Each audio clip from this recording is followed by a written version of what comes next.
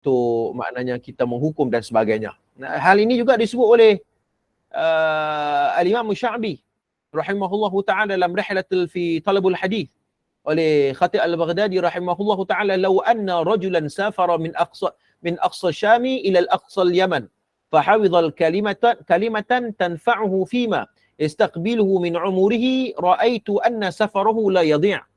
Kata Al-Imam Sya'bi. Ni tak masuk lagi kitab ni. Ni kita nak warm up dulu sementara nak tunggu kawan-kawan kita masuk. Khatib Al-Baghdadi menukilkan ucapan Al-Imam Sya'bi rahimahullahu ta'ala, law anna rajulan safara, ya, sekiranya seseorang itu dia mengembara mengembara jauh, ya, untuk mencari ilmu daripada Syam, min aqsa Syam ila aqsa al-Yaman, daripada hujung Syam hingga hujung Yaman, jauh lah Syam dan juga Yaman, ya. Lalu dia berhasil menghafal satu perkataan saja, fahafidha kalimatan.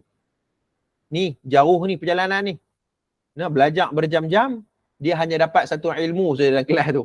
Kan? Dia hanya dapat satu ilmu saja dalam kelas tersebut. Kata Imam Sya'bi rahimahullahu ta'ala, walaupun satu perkataan tanfa'uhu fima yastaqbiluhu minal umurihi. Ya, dan boleh memberi manfaat yang boleh memberi manfaat kepada usianya dan kepada ilmunya. Kata Imam Sya'bi rahimahullahu ta'ala, ra'aitu anna safarahu la yadhi'.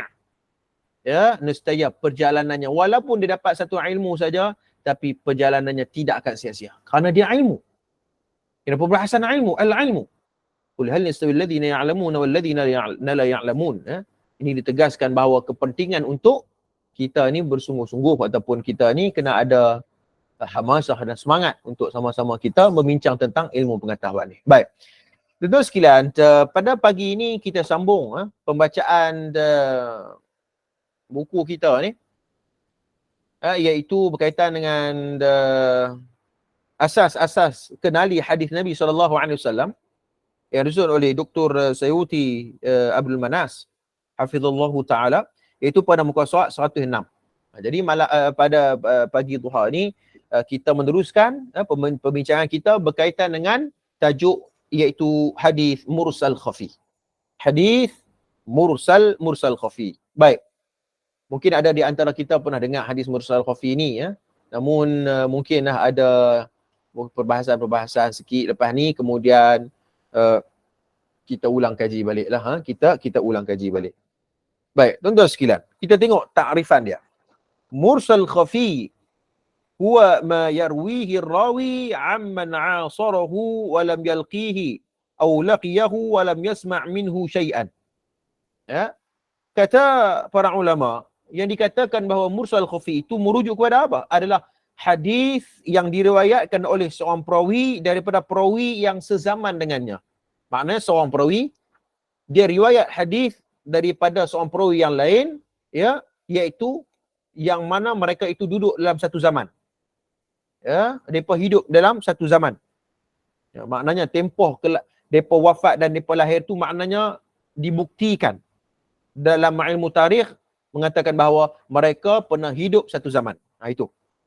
Tetapi tidak terbukti pertemuan dan samak antara mereka. Ya, walam yalqihi aw laqiyahu walam yasma' minhu syai'an. Tapi tak ada bukti. Ya, tidak ada bukti yang mengatakan bahawa walaupun mereka hidup satu zaman, namun tak ada bukti mengatakan bahawa mereka mendengar hadis itu daripada perawi yang lain. Ini perbahasan yang kita akan bincang. Ini perbahasan yang kita akan bincang. Baik. Baik, dinamakan mursal khafi kerana gugurnya perawi dalam sanad secara tersembunyi khafi yang tidak diketahui melainkan dengan kajian terperinci. Jadi pasal apa nama mursal khafi? Kan kita sebut mursal ni banyak, mursal khafi, mursal sahabi, ya, hadis mursal sahaja. Tapi dalam bab ni disebut sebagai mursal khafi. Kenapa? Kerana disebutkan mursal khafi, khafi itu adalah tersembunyi kerana kita nak tentukan sama ada perawi itu walaupun dia hidup sezaman, dia dengar ataupun tidak, ataupun duduk dalam majlis tersebut ataupun tidak, ia memerlukan perincian dan kajian yang sangat terperinci. Penelitian yang sangat terperinci. Dan juga disebut sebagai ilmu ilal. Ya. Ada beberapa kitab yang saya beli waktu di beli di apa panggil, pesta buku baru ni, di Maktabah Umar Mukhtar, Sya'nul Ilmul Ilal wa Syarful Ahlahu. Ini kitab cerita tentang bagaimana kepentingan untuk kita belajar ilmu, mengetahui kecacatan sesuatu hadis, khususnya dalam bab sanad. Ini dalam bab seorang perawi ni, bagaimana kita nak tentukan, ya, perinciannya bagaimana. Sebab tu kalau kita lihat dalam kitab Minhajul Hadis fil Ulumil Hadis, ya, mursal khafi ini kata Profesor Dr. Syarah Qudah, ia juga merujuk kepada wa hadza fi haqiqati naw'un minal munqati'. Mursal khafi ini juga dia termasuk dikategorikan sebagai hadis munqati', hadis yang terputus sanadnya. Namun ulama mengatakan bahawa munqati'u khafiyun, hadis yang terputus sanad yang tersembunyi. Mursal khafi lah, ataupun munqati'u khafiyun, terputus sanad tapi dia perlukan perincian lagi. Fahuma bimakna wahid 'inda al-mutaqaddimin kama sabaqa. Kalau kita lihat ucapan yang diungkapkan oleh ulama mutaqaddimin seperti Ali Ibn Al-Madini dan selainnya yang lahir 300 tahun hijrah ke bawah, mereka mengatakan bahawa hadis mursal khafi dengan hadis munqati' khafi sama, tak ada beda. Ini siapa? Di sisi ulama mutaqaddimin. Ulama mutaqaddimin kata macam tu. Nah, dan wali anna riwayat ar-rawi amman asarahu muhtamalatun kan al-intiqad khafiyan. Amma idza kana ar-rawi yarwi hadithan amman lam yu'asirhu fa huwa inqita' wadihan. Baik. Maknanya kalau dia hidup satu zaman pun tapi tak ada bukti dia bertemu. Jadi ini disebut sebagai kana inqita' khafiyan ataupun mursal khafi. Tak ada bukti. Nak tahu bukti tak bukti itu melalui apa? Melalui kalam-kalam rijal ataupun melalui kalam-kalam ulama jarh wa ta'dil. Hari ini senang saja tuan-tuan, tulis saja nama. Contohnya seperti Al-Imam Hasan Al-Basri. Sama ada dia melakukan mursal ataupun mu'an'an dan sebagainya, tuan-tuan tulis di internet, ya, berkaitan dengan nama seorang perawi tersebut, kemudian dia akan tukar tarajimul rijal. Dia akan keluar maklumat-maklumat tentang rijal. Dia akan keluar sekali dengan kitab-kitab dia dan kita baca. Tapi ia memerlukan kemampuan dalam bahasa Arab. Kemampuan dalam bahasa Arab, kerana kebanyakan kitab-kitab rijal itu dalam bahasa Arab. Ya, kemudian kita akan dapat pastikan ungkapan-ungkapan yang ulama sezaman dengan dia, ulama selepasnya, anak muridnya, tentang sama ada dia benar-benar dia bertemu dengan perawi tersebut ataupun tidak. Ini cara dia. Sebab tu kita tak boleh nak cakap bohong bila sebut tentang hadis Nabi ni, kerana ada ilmu tentang hal tersebut. Ya. Kerana ada ilmu yang berbincang hal tersebut, ada kitab yang menghimpunkan maklumat-maklumat ni. Okey, tak apa. Lam yu'asiru fa huwa inqita'i wadhan. Namun kalaulah perawi itu diriwayatkan hadis kemudian disandarkan ke perawi yang lain, namun kita dapat pastikan bahawa perawi tersebut tidak hidup sezaman pun dengan dia, itu disebut sebagai inqita' wadhihan. Memang terputus secara jelas. Jelaslah kita tengok tarikh lahir dengan tarikh dia punya ilmu tarikh ar-ruah pun, maksud dari sudut tarikh lahir dan tarikh kematiannya pun sangat jauh. Berbeza sampai 100 tahun ataupun 50 tahun. Macam mana dia ambil hadis padahal dia tak hidup lagi pada zaman tersebut? Ini pertikaian. Dan saya sebut bahawa banyak masalah dalam hal ni di kalangan golongan-golongan tarikat. Minta maaf. Banyak bermasalah khususnya golongan tarikat. Saya sebut kalau ada tarikat di sini, kita kena tegur. Kerana ini disiplin ilmu. Banyak hadis-hadis sanad-sanad terputus, bila orang tanya apa yang membuktikan bahawa sanad ini bersambung, dia tak ada jawapan. Dia kata ada ulama yang membenarkan. Iyalah, ada ulama membenarkan. Namun apa buktinya? Apa buktinya? Sebagai contoh tuan-tuan, kalau kita tengok ada perbahasan di kalangan para ulama berkaitan dengan ucapan seorang ulama nuqat. Ulama nuqat ni ulama mengkritik iaitu kalau kita tengok ucapan Al-Imam Al-Haythami rahimahullahu ta'ala apabila menyebut tentang seorang perawi yang bernama seorang perawi yang bernama siapa saya membaca tadi Yahya bin Al-Mutawakkil Al-Hazza.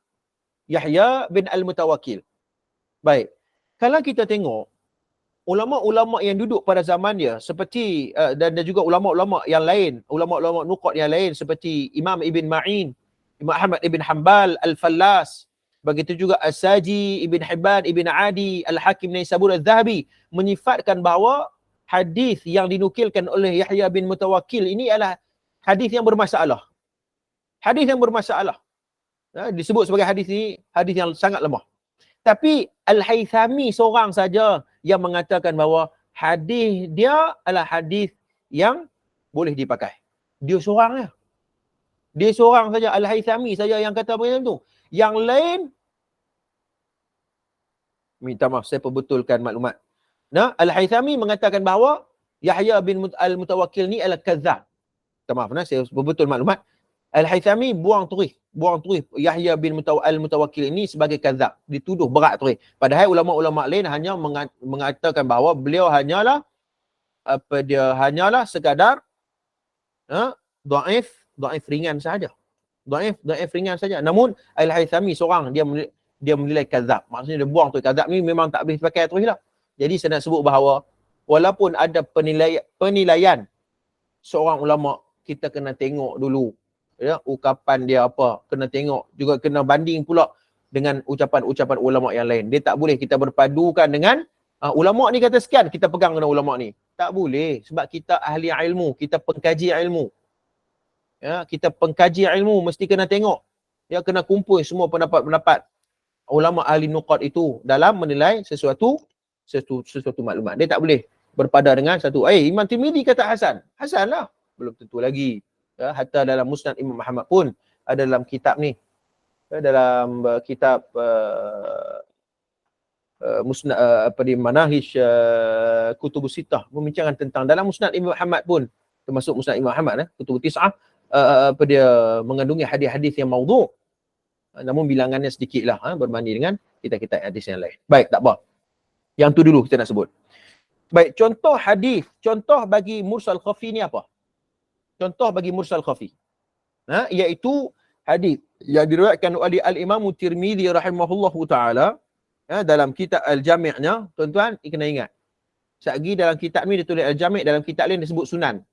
Ulama khilaf dalam menentukan istilah bagi kitab Imam Tirmizi. Ada yang kata Sunan Tirmizi, ada yang kata Al-Jami' Al-Jami' Tirmizi. Kerana ada yang mengatakan Jami' itu kerana hadis-hadis yang dalam kitab Jami' Tirmizi itu ia mengandungi seluruh kehidupan orang Islam. Baik dari sudut akidah, fiqh dan sebagainya. Sebab tu mereka menyebut Al-Jami'. Baik. Hadis sebagai contoh kalau kita lihat yang diriwayatkan oleh Al-Imam Tirmizi dalam Jami'-nya dalam Kitabul Buyu' bab ma jaa matlan al-ghani annahu zulm. Baik. Haddatsana Ibrahim bin Abdullah Al-Harawi qala haddatsana Hushaym qala haddatsana Yunus bin Ubaid an Nafi' an Ibn Umar an Nabi sallallahu alaihi wasallam qala matla'ul ghaniyul zulmun wa idza uhilta ala mali'in fatba'hu wa la tabi' bai'ataini fi bai'atin. Okey, kita tengok dia punya contoh dia. Okey, pada zahirnya hadis ini bersambung, muttasil. Tetapi di antara Yunus bin Ubaid dan Nafi', Yunus bin Ubaid dan Nafi' terdapat satu bentuk irsal yang tersembunyi.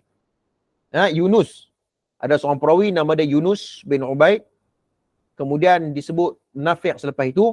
Bila orang buat penelitian, nampak macam muttasil, nampak macam bersambung. Sebab Yunus bin Ubaid dan Nafi' ni dia hidup sezaman. Kan? Dia hidup sezaman.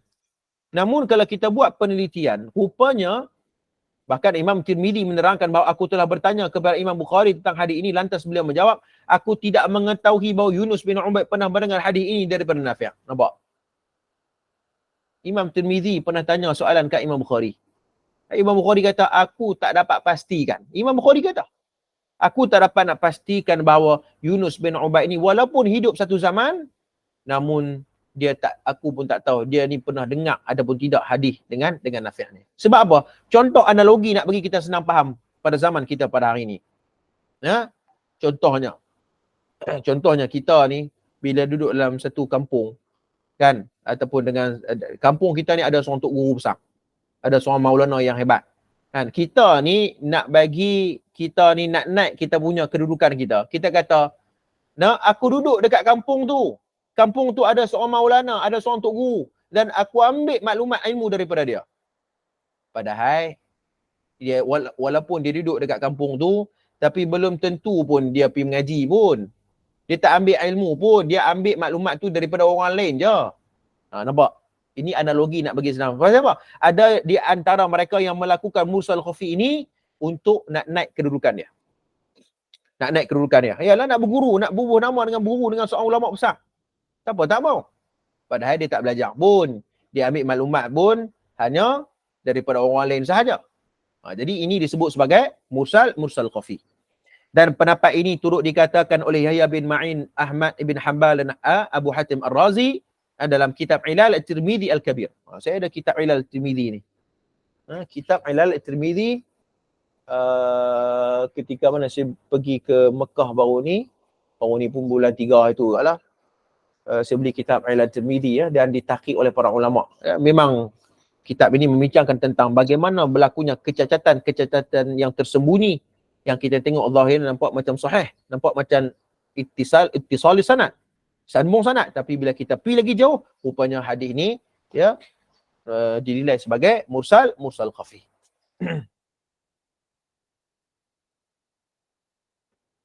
mursal khafi ya. Baik.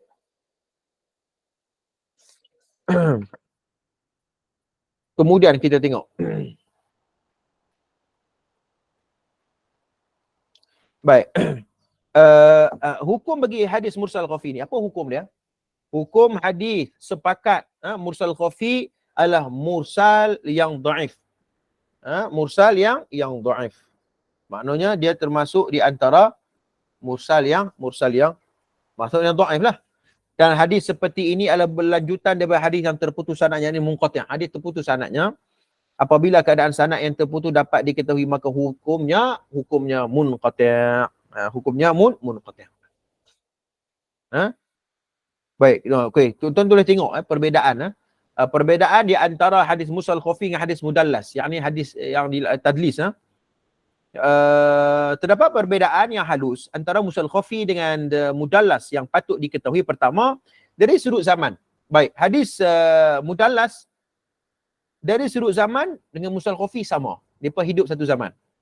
Maksudnya mursal khafi pun isu tentang hidup satu zaman tak ada dipertikaikan. Mudallas pun maknanya orang yang melakukan tadlis itu pun dia hidup sezaman dengan perawi tersebut, perawi yang diambil hadis tu. Jadi tak ada isu lah berkaitan hidup zaman. Yang kedua, pertemuan. Pertemuan dari sudut orang yang melakukan tadlis itu, ya, ada kemungkinan, maknanya memang dapat dipastikan beliau bertemu. Dapat dipastikan.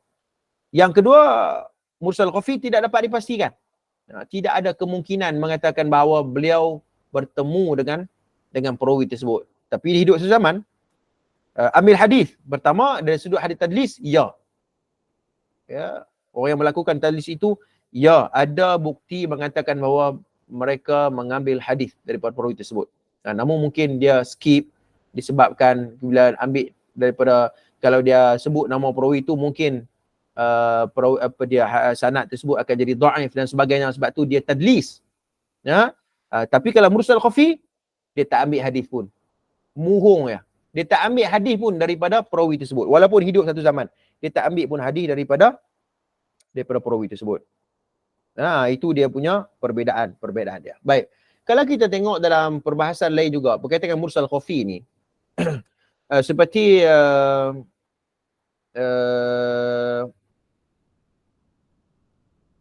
wa yu'rafu 'adamul liqa' aw 'adamus sama' bitasrih الراوي نفسي أنه لم يلقى فلان أو لم يسمع فلان منه ورما علم ذلك من تواريخ الرواه. Kata Syarah Qudah mengatakan bahawa untuk kita nak pastikan bahawa perawi itu mengambil hadis daripada perawi yang lain ini, nak mengenal pasti sama ada mursal khafi ataupun tidak, mestilah waruma ulima dzalika min tawarikh ruwah. Mesti kena belajar ilmu tentang tawarikh ar-ruwah. Tarikh perawi itu mesti kena tahu.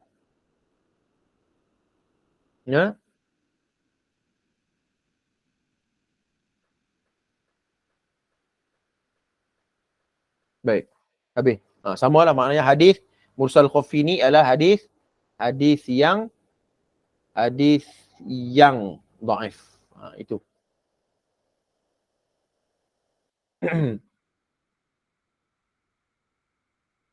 Baik, kemudian kita tengok. Okey, kemudian kita tengok hadis mu'an'an. Habis mursal khafi, kita masuk hadis mu'an'an. Baik. Hadis mu'an'an ialah hadis huwa yuaddihi ar-rawiyu bil lafzi an min ghairi bayanin lit tahdits aw ikhbari aw sama'. Yang bermaksud hadis mu'an'an ialah hadis yang diriwayatkan oleh perawi yang menggunakan lafaz an dalam sanad hadis yang dikemukakan tanpa menggunakan lafaz periwayatan sighah ada.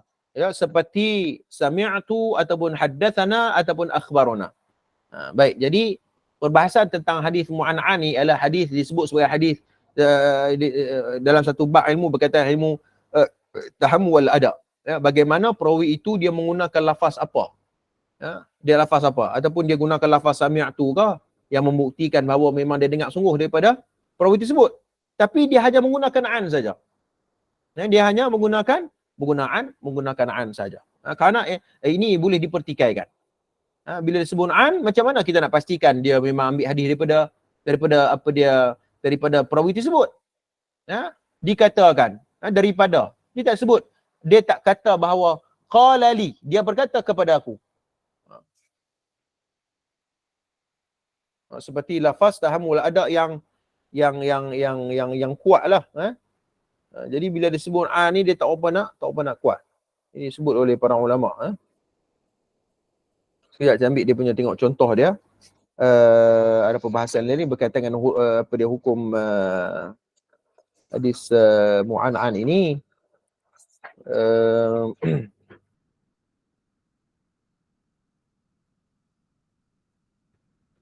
Okey. Berkaitan dengan hadis mu'an'an ni kata ulama iaitu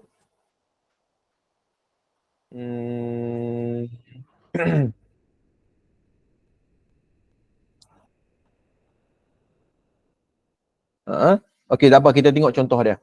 Haddatsana Abdullah bin Maslamah an Malikin an Ibn Shihab an Abbad bin Tamim an ammihi annahu ra'a Rasulullah sallallahu alaihi wasallam mustalqiyan fil masjidi wadi'an ihdal rijlaihi 'ala al-ukhra. Ya, wa an Ibn Shihab bin Sa'id bin Musayyib qala kana Umar wa Uthman yaf'alani dzalika. Ya. Baik, Abdullah bin Maslamah menceritakan daripada Malik, daripada Ibn Shihab, ya, daripada Ibad bin Tamim, daripada bapa saudara, bahawa dia melihat Nabi SAW berbaring di dalam masjid dan meletakkan sebelah kiri kakinya di atas sebelah yang lain. Okey. Dan daripada Ibn Shihab, daripada Sa'id bin Musayyib berkata sesungguhnya Umar dan Uthman pun melakukan demikian. Ini Sahih Al-Bukhari. Baik, kita tengok dalam hadis ini Abdullah bin Maslamah meriwayatkan hadis dengan menggunakan lafaz an, tidak dengan lafaz periwayatan sirah al-ada, yakni yang jelas seperti sami'tu, haddatsana dan akhbarana. Okey. Jadi apa hukumnya? Hukum bagi hadis mu'an'an ini iaitu para ulama berbeza pendapat. Ya, berkenaan sanad bagi hadis mu'an'an ni, ya, adakah sanad ini dikira sebagai munqati' ataupun muttasil, ataupun hadis sanad ini dikira sebagai hadis yang terputus ataupun hadis yang bersambung, sanad bersambung. Baik. Pendapat yang pertama mengatakan bahawa sanad ini terputus. Hadis yang dilakukan oleh seorang perawi yang melakukan an'anah, mu'an'an, ya, hadis ini dikira sebagai terputus, munqati'. Ya, sehingga terbukti dengan jelas ialah bersambung mutasil dan pendapat ulama yang keras, mutasyaddid, yang syadid. Jadi pendapat yang pertama yang agak keras sikit, dia kata tak boleh terima. Tak boleh terima. Bila sebut tentang hadis mu'an'an ni, terus dia tolak. Melainkan ada bukti-bukti yang membuktikan bahawa mereka mendengar hadis daripada perawi yang lain.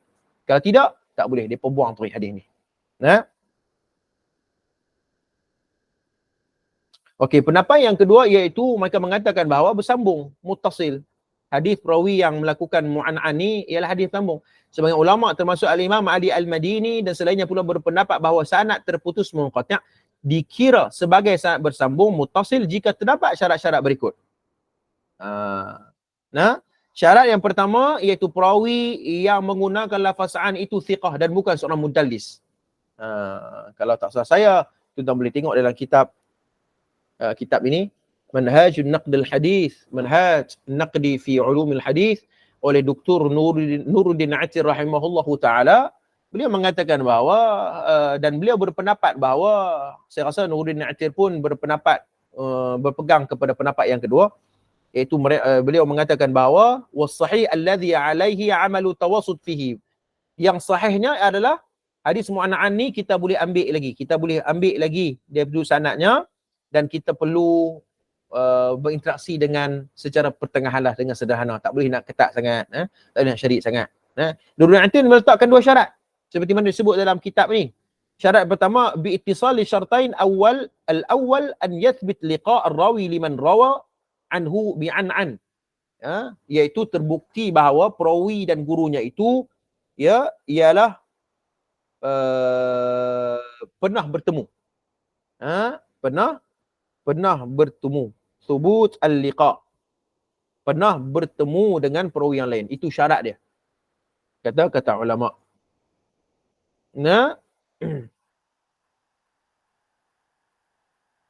Okey.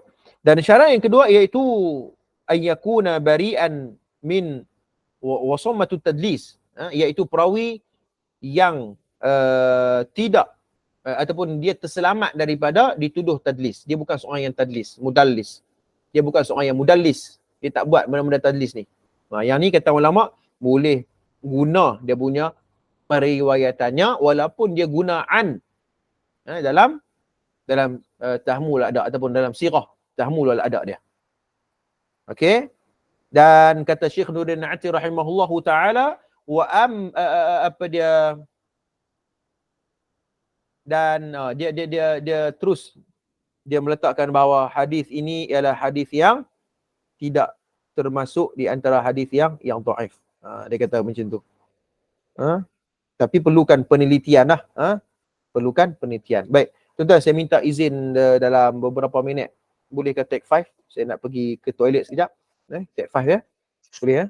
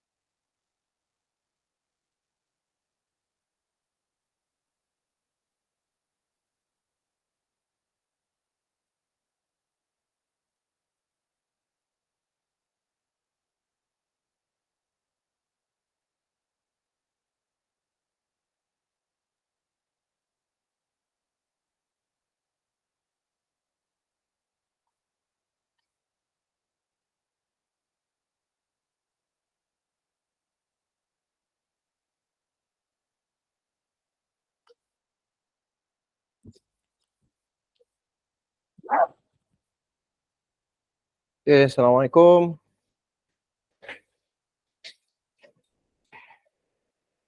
Okey, kita dekat mana tadi? Hadis apa?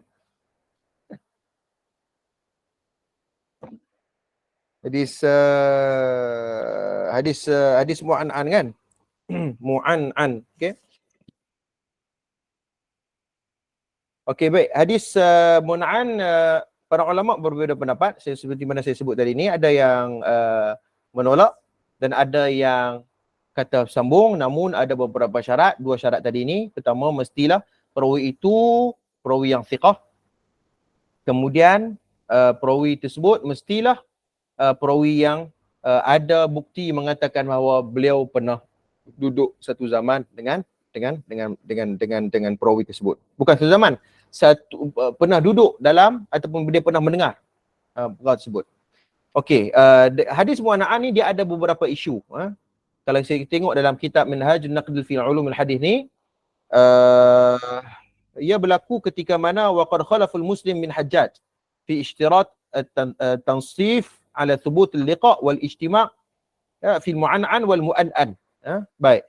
Jadi dia berbeza dengan syarat yang digunakan oleh Imam Muslim bin Hajjaj rahimahullahu taala. Beliau mengatakan bahawa cukuplah hanya penerimaan hadis mu'an'an ini merujuk kepada kaunahuma fi 'asr wahid. Cukuplah membuktikan bahawa dia hidup satu zaman.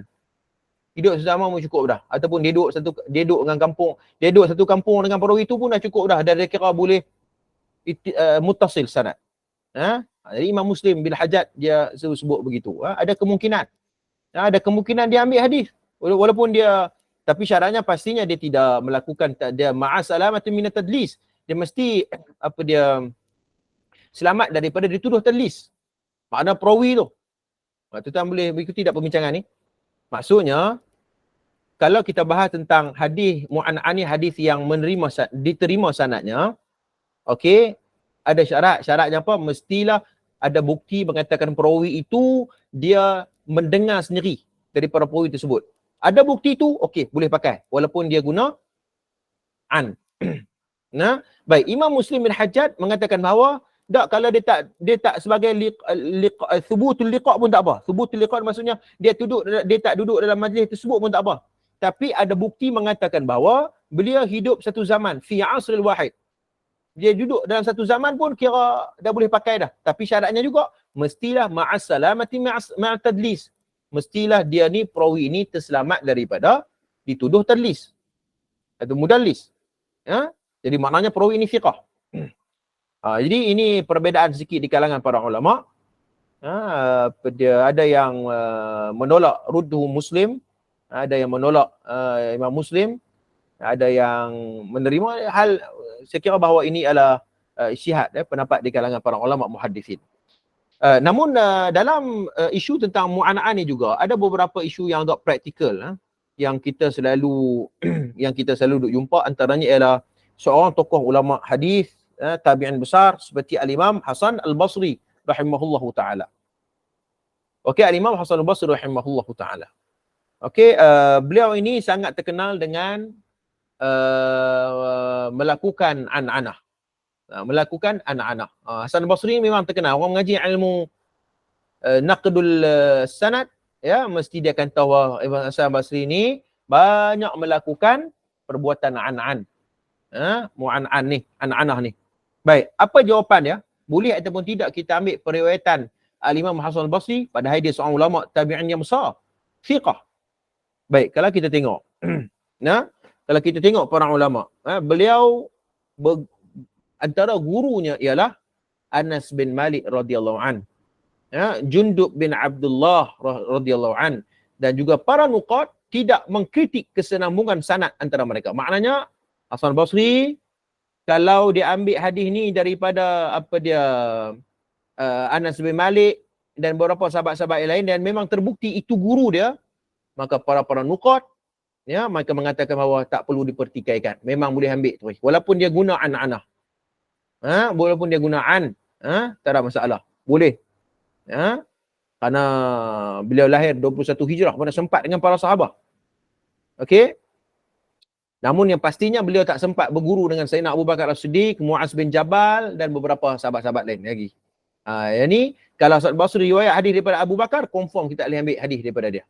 Kerana apa? Kerana dia tak sempat hidup pada zaman tersebut. Dia tak sempat bertemu dengan Abu Bakar As-Siddiq. Namun bertemu dengan Anas bin Malik dan selainnya. Baik. Namun ada pertikaian. Berkaitan dengan anak-anak yang dilakukan oleh Al-Imam Hasan Al-Basri, dan ulama-ulama seperti ulama-ulama mutaakhirin, mereka menyifatkan Hasan Al-Basri ini melakukan mursal khafi. Jenis terputih jugalah, terputih sanad ni. Dan pastinya mereka di kalangan para sahabat, mereka tak sempat pun bertemu dengan Hasan Al-Basri. Tak sempat bertemu pun. Hanya beberapa orang sahabat Nabi saja yang beliau bertemu. Namun kalau kita tengok dalam perbahasan yang lain, seperti Dr. Asy-Syarif Hatim Al-Auni hafizallahu taala, dalam kitabnya Al-Mursal Al-Khafi wal 'alaqatuhu bit-tadlis. Dalam kitab tu hari ni tuan-tuan boleh tengok di internet, di laman web Abu Hatim Syarif Al-Auni, Syarif Hatim Al-Auni, tuan-tuan boleh tengok di laman web dia dan tuan-tuan boleh download kitab-kitab dalam hal ni. Kalau boleh dalam bahasa Arab, cukup baik tuan-tuan untuk membaca tulisan-tulisan dia, khususnya dalam bidang hadis. Khususnya dalam bidang hadis. Mungkin kita boleh ambil manfaat daripada kesarjanaan dia. Beliau mengatakan bahawa Dr. Syarif Hatim Al-Auni mengatakan bahawa apabila kita nak mengetahui riwayat-riwayat Hasan Al-Basri ni sama ada dia melakukan anak-anak yang tidak boleh diterima ataupun tidak, mestilah melihat kepada ucapan-ucapan dan penerimaan tokoh-tokoh agung dari kalangan ilmuwan mutaqaddimin. Ulama mutaqaddimin, generasi awal. Depa kata apa tentang Hasan Al-Basri ni? Kebanyakan mereka menerima periwayatan Al-Imam Hasan Al-Basri rahimahullahu taala. Jadi apa poin yang saya nak sebut ni ialah anak-anak ataupun mu'an'an yang dilakukan oleh perawi tersebut, jika perawi itu perawi yang thiqah. Perawi yang thiqah diperakui oleh ulama-ulama mutaqaddimin, maka kita boleh ambil periwayatannya. Okey, jadi nak kena tengoklah siapa yang cakap tu. Okey, siapa yang cakap tu.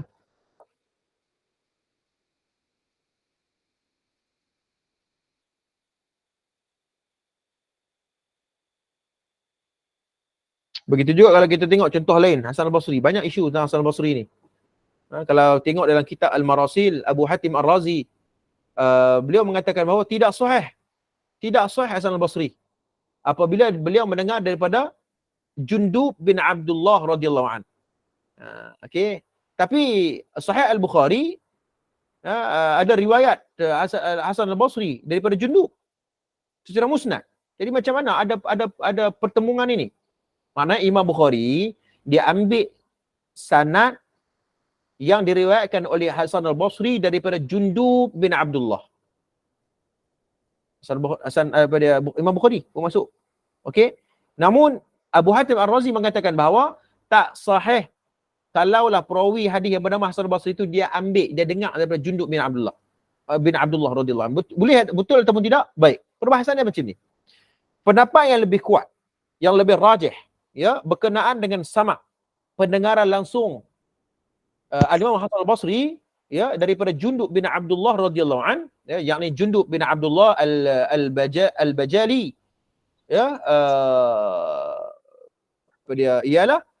ialah sahih pengambilan langsungnya daripada Jundub,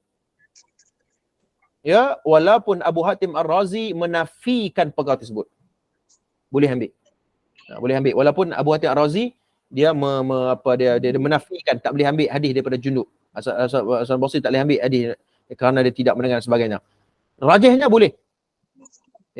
Dan namun Ali ibn Al-Madini, Al-Bukhari, Muslim ibn Hibban melihatnya sabit, termasuklah kalau kita tengok. Ada soalan ke? Ataupun kalau kita tengok ulama-ulama muasirin seperti Dr. Syarif Hatim Al-Auni, seperti juga Mubarak Al-Hajiri, beliau mengatakan bahawa boleh ambil periwayatan Al-Imam Hasan Al-Basri jika sekiranya beliau ambil daripada Jundub bin Abdullah radhiyallahu anhu. Boleh ambil. Jadi kerana apa? Kerana Jundub duduk di Kufah dan beliau pernah duduk di Basrah. Hasan Al-Basri pernah duduk di Basrah. Ini fakta. Boleh tengok dalam kitab Tarajumur Rijal, Tarajim Ar-Rijal. Boleh tengok. Ya, maknanya mereka duduk, mereka ada bukti mengatakan bahawa Hasan Al-Basri pernah duduk di Kufah, di Basrah. Dan ada potensi besar yang boleh mengatakan bahawa mereka pernah bertemu. Pernah bertemu. Sebab tu tuan-tuan sekalian, saya bila berkali-kali saya sebut kat tuan-tuan kan berkaitan dengan sanad tarikat tu kan, yang ada seorang tu tanya apa yang membuktikan bahawa soalan ilmu hadis tu. Apa yang membuktikan bahawa pertemuan di antara dua perawi ni? Itu soalan ilmu hadis. Orang yang belajar ilmu hadis dia akan tahu soalan ni soalan penting. Kan? Tapi kalau dia kata, ada apa ulama lain yang kata boleh terima sanad ni? Tengok, ini dia tidak terjun dalam lampangan dan khazanah ilmu hadis. Dalam ilmu hadis ni nak kena ada bukti. Kalau Duk Min kata macam tu tak boleh. Mesti kena ada bukti mengatakan betul yang kuat mengatakan beliau pernah duduk seperti berlaku kepada Hasan Al-Basri dan Jundub bin Abdullah radhiyallahu an. Ada bukti. Jadi hal-hal seumpama begini perlu untuk kita adakan penelitian yang baik. Jadi banyak benda nak kena tengok. Sebab mengaji hadis ni banyak benda yang kita nak kena perhati. Dia tak boleh terima macam tu saja tuan-tuan. Kerana kita bersandarkan kepada Nabi kita sallallahu alaihi wasallam. Baik, kemudian habis tentu. Habis dekat hadis mu'an'an. Habis dekat hadis mu'an'an. Kemudian hadis mu'an'an. Hadis mu'an'an dengan hadis mu'an'an ni lebih kurang nak sama lah. Dia punya konsep dia. Tapi dia hanya berbeza dari sudut apa dia orang panggil, dari sudut lafaz saja. Yang tadi ni disebut an, yang ni disebut an, iaitu mu'an'an huwa ma yuaddihi ar-rawi bi lafdhil an min ghairi bayani litahdits au ikhbari au sama'. Yang bermaksud hadis mu'an'an ialah hadis yang diriwayatkan oleh perawi menggunakan lafaz an. Dalam sanad hadis yang dikemukakan tanpa penggunaan lafaz periwayatan sighatul ada seperti sami'tu, haddatsana ataupun akhbarana. Jadi seperti samalah dia punya definisi dia tu, cuma tukar dari sudut an dengan an saja. An dengan an saja. Sebab tu kata ulama penting ilmu sanad ni khususnya berkaitan dengan lafaz tahmul wal ada ni. Tahmul wal ada ni ialah lafaz-lafaz seperti haddatsana, an, akhbarana, semua tu penting Tapi bagi orang awam dia tak ada maklumat tu. Dia sama dia kata hadis, hadis. Tak boleh Tapi kalau hari ni kalau orang sebut dan kita belajar ilmu hadis sikit-sikit ni kan, kalau orang sebut an haddatsana, kita tahu dia punya konotasinya ataupun kita tahu dia punya implikasinya kepada sesuatu sanad. Okey, contoh yang disebut tadi ni lah. Na'an, contoh dia sebut an. Okey, namun kita tak dapat pastikan bahawa beliau tak hidup sezaman pun, ataupun kita kata bahawa tak ada bukti mengatakan bahawa dia bertemu dan mendengar sendiri daripada perawi tersebut. Itu disebut sebagai mu'an'an. Jadi penting bagi orang awam. Sebab tu hari ni kalau orang tengok gerakan untuk memberikan penjelasan kepada masyarakat pada hari ini kan, sekurang-kurangnya lah apabila kita nak baca hadis ni, sekurang-kurangnya hang sebutlah datang riwayat daripada siapa, bukan min hadis dah. Hadis Nabi SAW bersabda, memanglah hadis tu datang daripada mana? Orang nak tahu riwayat Bukhari ke Muslim ke?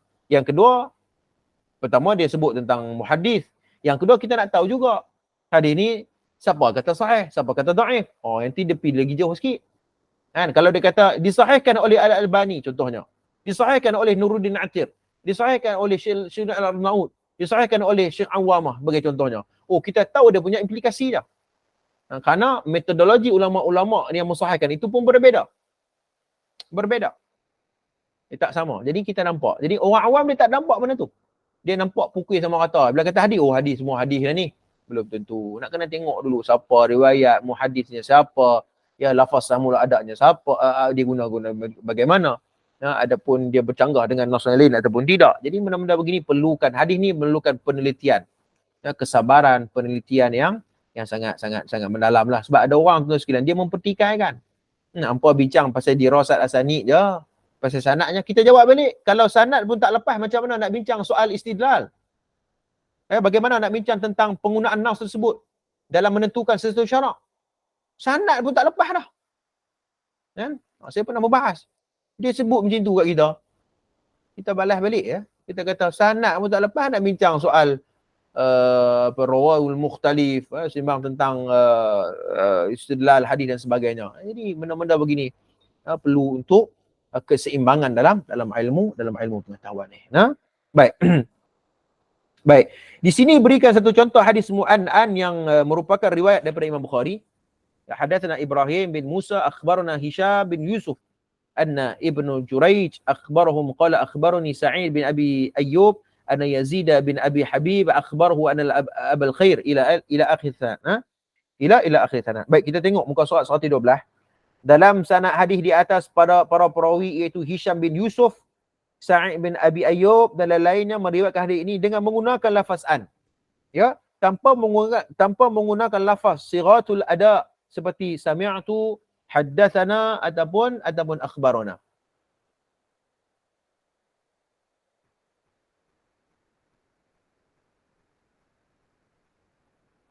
Okey. Jadi samalah, maklumatnya sama saja. Contoh hadis inilah.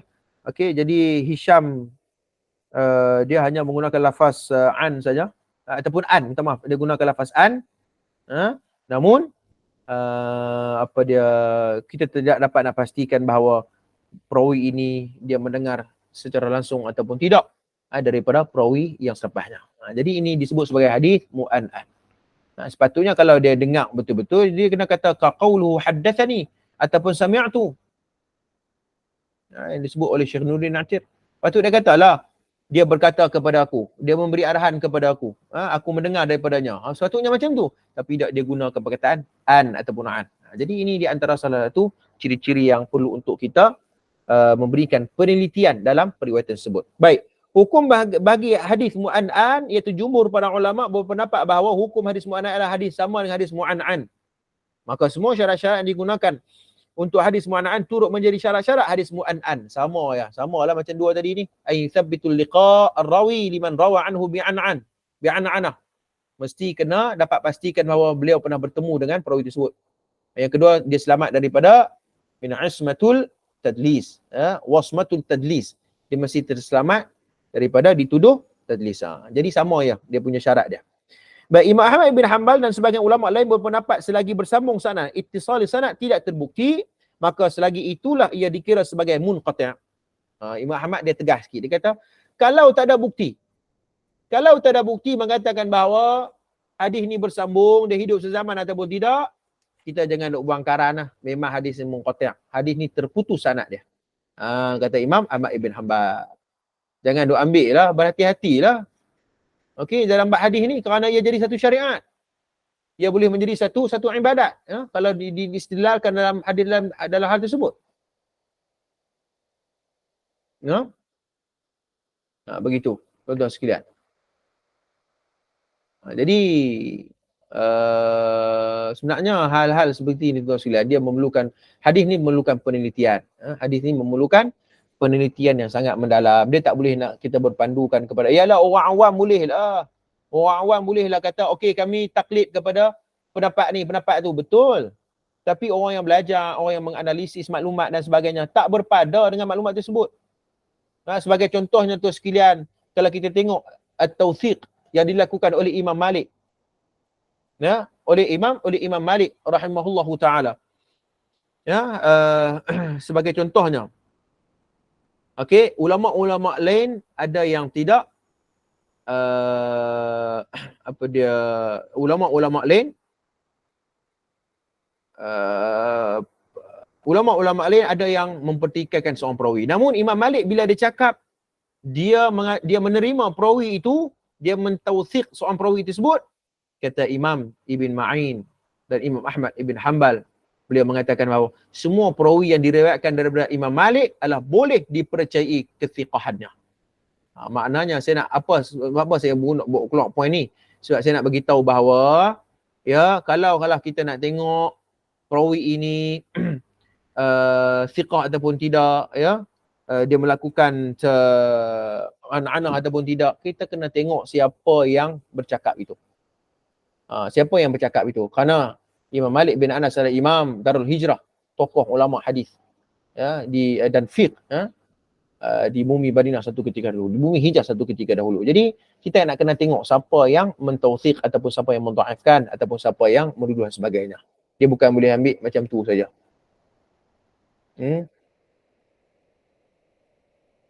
Baik. Kemudian hadis yang seterusnya ialah hadisun matruk. Hadis matruk. Al-matruk huwa ma fi isnadihi rawin muttahamun bil kadhib atau kathirul ghalat atau ghaflati atau fusuq. Hadis matruk ialah hadis yang terdapat pada sanadnya perawi yang ditohmah muttahamun bil kadhib.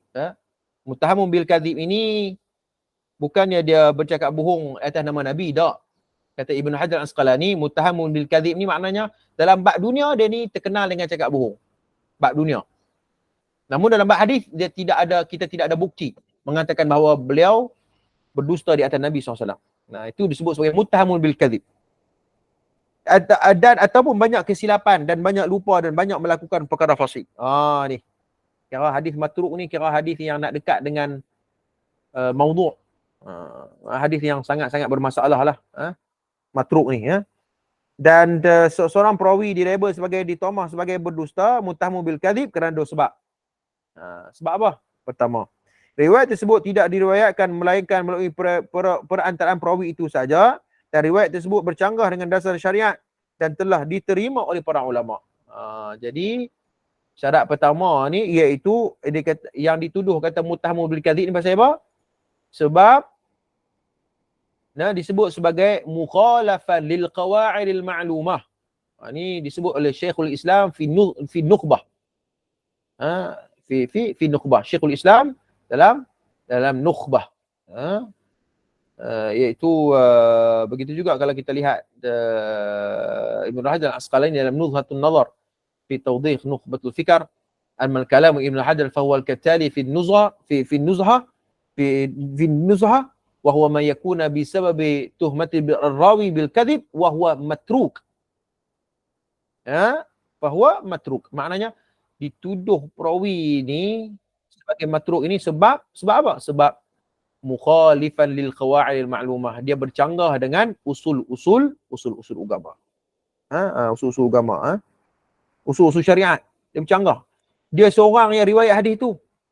Patutnya kalau betul lah hadis itu sahih, mestilah sahabat-sahabat lain akan meriwayatkan hadis yang sama juga. Tapi dia seorang. Dahlah dia seorang, kemudian bercanggah dengan usul-usul syariat.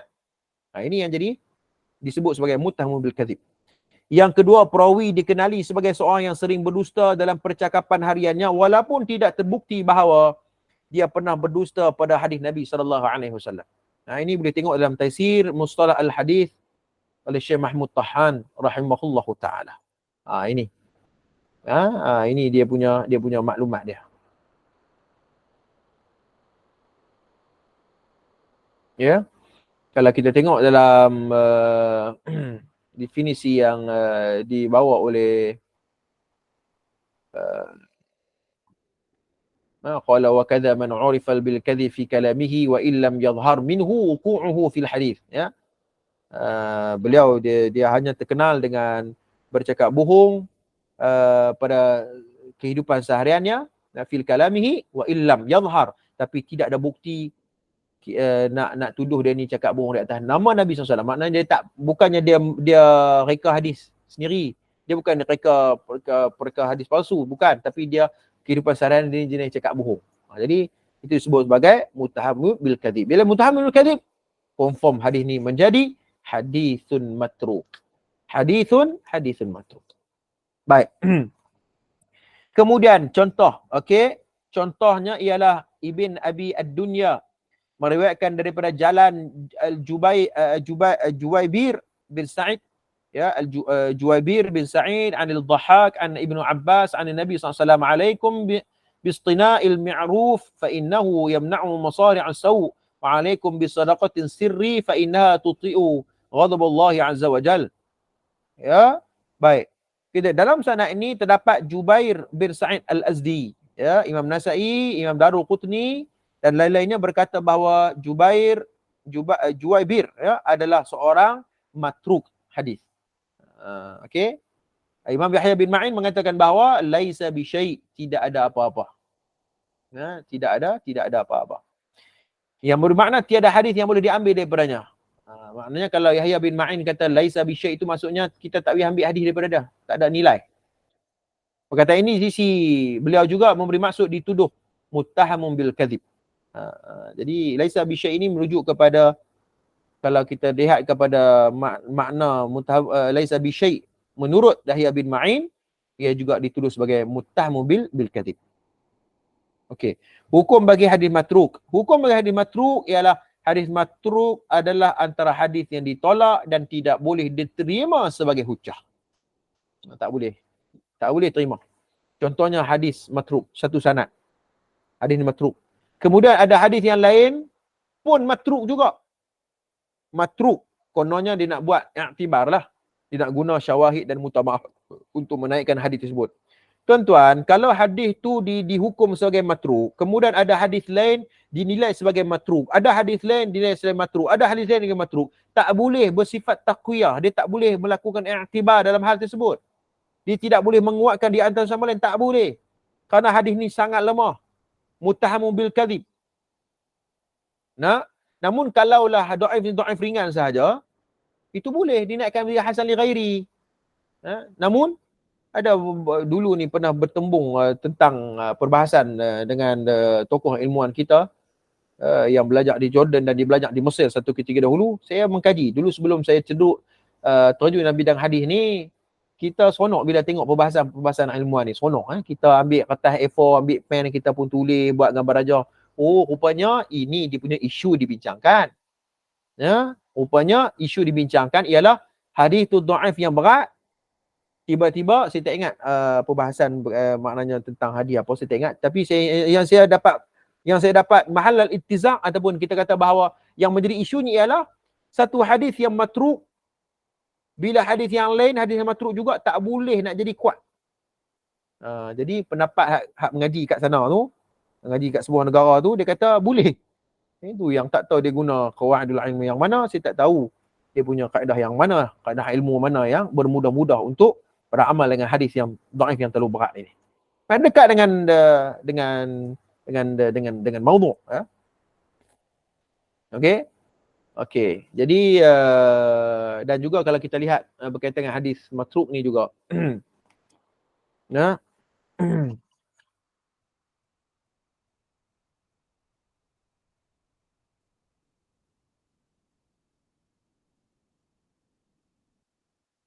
Okey. Hadis yang dituduh ni. Baik. Kalau kita tengok dalam perbahasan isu yang berlaku dalam berkaitan dengan hadis matruk ni, okey, ada soalan, ada orang tanya, ya.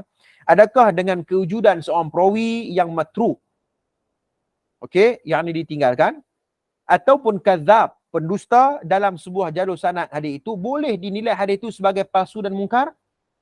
Adakah kita kata bahawa hadis ni mungkar tu palsu tu Maksudnya dalam satu sanad tu ada seorang perawi yang dinilai matruk. Dan ada satu sanad, ada seorang perawi lagi dinilai kadzab.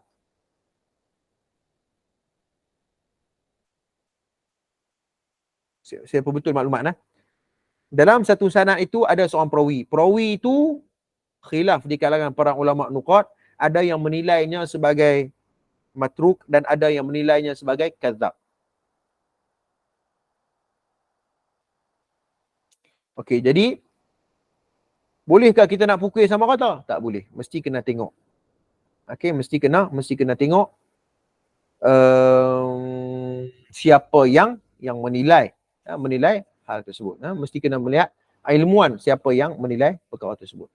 Jadi perkara-perkara perincian seumpama ini perlu kita menitik beratkan supaya pemahaman berkaitan dengan hadis Nabi SAW itu dengan betul. Khususnya dalam bab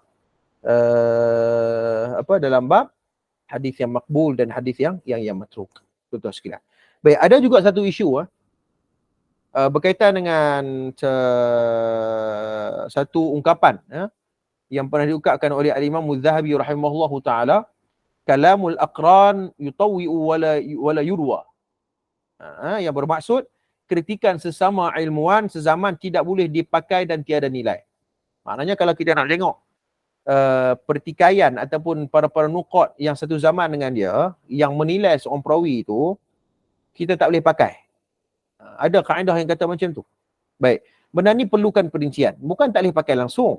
Para ulama mengatakan bahawa boleh pakai, boleh guna. Ya, ataupun ulama-ulama yang satu zaman dengan dia yang mengkritik perawi tersebut. Dia duduk satu zaman, tuan-tuan, dalam satu zaman tu ramai tok guru, ramai ilmuwan. Zaman kita pun macam tu lah.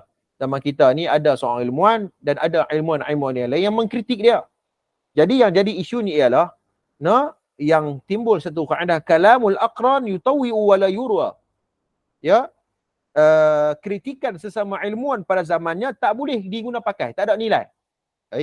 Kena tengok perinciannya dulu, bukan tak boleh pakai langsung. Apatah lagi kata Imam Az-Zahabi rahimahullahu taala, ya, kalamul aqran idza tabarhun lana annahu bahwa wa usbihiyatu la yultafat ilaihi bal yutawwa wa la yurwa. Ya, iaitu kritikan sesama ilmuwan sezaman dengannya itu jelas bersumberkan hawa nafsu, tak boleh pakai. Tak boleh pakai. Kerana mungkin ada dengki sama dengki. Itu tak boleh pakai lah. Ataupun kita katakan bahawa ada sikap berpuak-puak. Ni mazhab aku, ni mazhab hang. Ataupun ini kumpulan aku, ni kumpulan hang. Ini puak aku, ni puak hang. Tak boleh lah. Mesti bersifat akademik. Mesti bersifat ilmiah.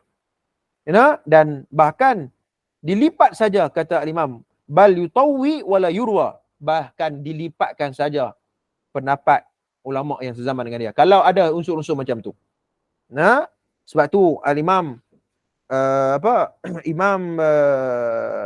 Ibnu Hajar Al-Asqalani dia pernah menyebut, mengatakan bahawa la syak annal mar'i ashadda al-ma'ruf bil hadith syuyuquhu wa sihhihi hadithuhum min dha'ifuhu mimman taqaddamu an asrahum. Kata Ibnu Hajar Al-Asqalani mengatakan bahawa kaedah yang kata tak boleh ambil kritikan ulama satu zaman dengan itu dijawab oleh Ibnu Hajar. Ibnu Hajar kata apa? Tidak syak lagi seseorang itu jauh mengetahui sesuatu ilmu, ya, hadis itu daripada gurunya. Maknanya kalau anak murid dia cakap, bila anak murid dia cakap, maknanya kita kena ambil perhatian lah. Sebagai contohnya, baru ni ada perdebatan di antara berkaitan dengan Tariqat Naqsyabandi Al-Haqqani tu. Kan?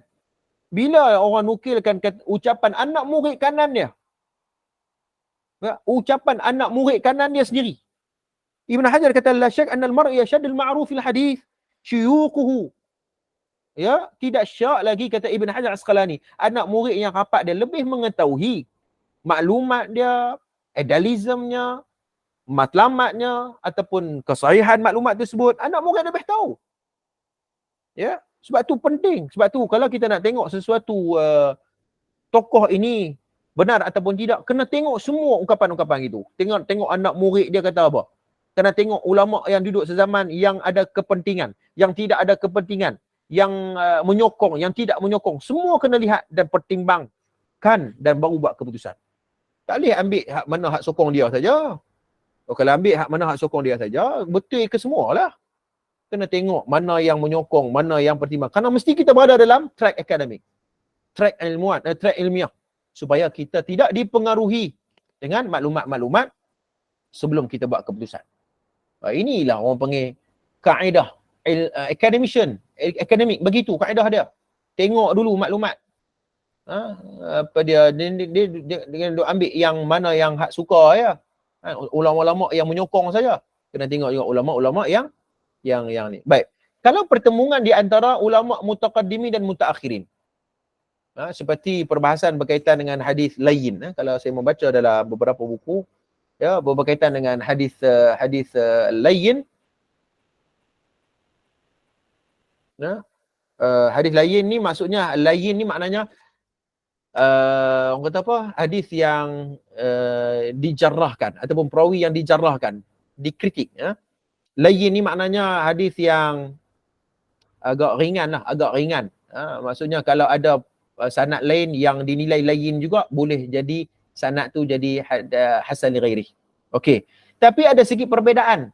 Lain yang difahami kebanyakan ulama mutaakhirin ya yang difahami sebagai dhaif yang ringan. Namun kalau bertembung dengan ulama mutaqaddimin 300 tahun hijrah ke bawah yang menyebut tentang lain juga, seorang perawi dituduh lain, tapi mutaqaddimin, ada ulama mutaqaddimin pun kata lain dan ulama mutaakhirin pun kata lain. Baik, dua makna ni berbeza. Kata ulama ini disebut oleh Profesor Dr. Hasan Al-Fati, di antara seorang tokoh ulama di Universiti King Saud. Beliau mengatakan bahawa lain di sisi ulama mutaqaddimin itu ialah sangat lemah. Sangat lemah dan juga ditinggalkan. Tak boleh pakai langsung. Sangat lemah. Jadi kita kena tengoklah lain tu siapa yang cakap. Kalau ulama mutaakhirin saja, okey. Kalau ada sanad lain boleh naik jadi hasan li ghairi. Tapi kalau lain itu dinukilkan oleh mutaakhirin dan mutaqaddimin, ada ulama mutaqaddimin yang cakap, maka dia ada implikasi yang berbeza. Jadi ini perlukan penelitian. Dia tak boleh nak pukal sama begitu saja. Perkara-perkara ini perlukan penelitian khususnya dalam bidang hadis. Allahu akbar. Sebab tu tuan-tuan sekalian, bila sebut tentang belajar ini, ia memerlukan jihad dalam menuntut ilmu. Kita kena berterima kasih dan mendoakan kepada para ulama nuqat, para ulama muhaddisin. Mereka sanggup ya mengorbankan masa rehat mereka menulis buku dan sebagainya. Untuk apa? Untuk kita ini, untuk menjaga ad-difa' an sunnah. Jadi takat itu dulu perkongsian ataupun perbincangan kita berkaitan dengan hadis ini, mustalah hadis. Kemudian insya-Allah kalau ada kesempatan lagi kita akan masuk iaitu hadithun munkar. Hadis munkar. Okey. Wallahu a'lam. Jadi saya buka soalan kalau ada soalan. Tafadhal mashkura.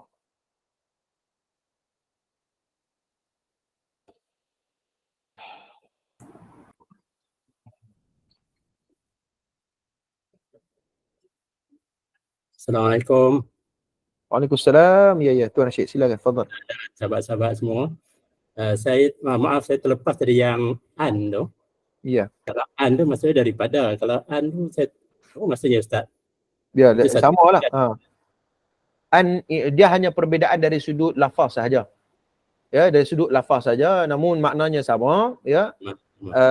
Daripada, okey, dan dia punya konsepnya sama saja. Ada yang mengatakan boleh terima, ada yang tak boleh terima, dan boleh terima tu mesti bersyarat. Dua syarat itulah. Sama saja. Konsep mu'an'an dengan mu'an'an. Daripada alif nun. Ya, betul, alif nun. Alif nun. Okay. Yang kedua Ustaz ni sebenarnya pasal status hadis lah. Tentang surah Al-Kawthar. Inna syani'aka huwal abtar. Surah Al-Kawthar. Wa tu ada kata Abu Lahab, ada yang kata siapa? Al-As bin Wa'il, bapa Amru Al-As. As bin Wa'il. Yang kata Al-As tu ialah Ibnu Ishaq. Kalau saya tak silap. Jadi apa yang mana yang lebih sahih dan apa status riwayat Ibnu Ishaq?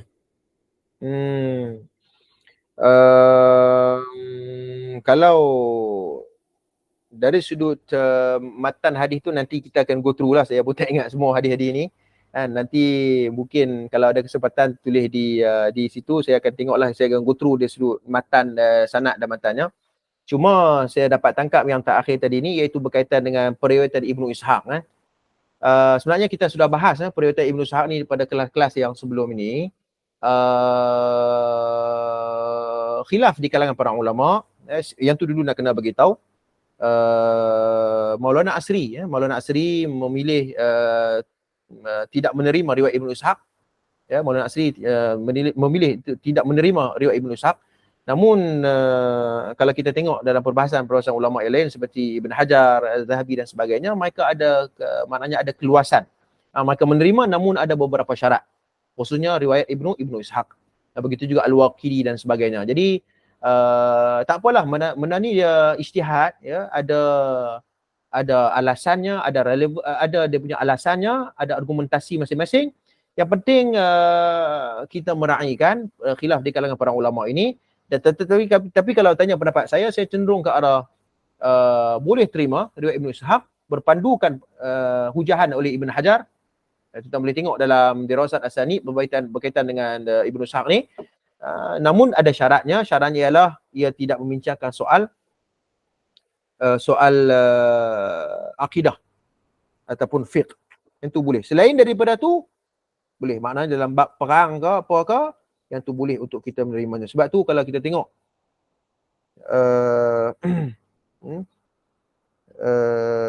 kejap saya tengok kepada ulama-ulama besar seperti Al-Imam Ibn Ma'in dan Imam Ibn Numair,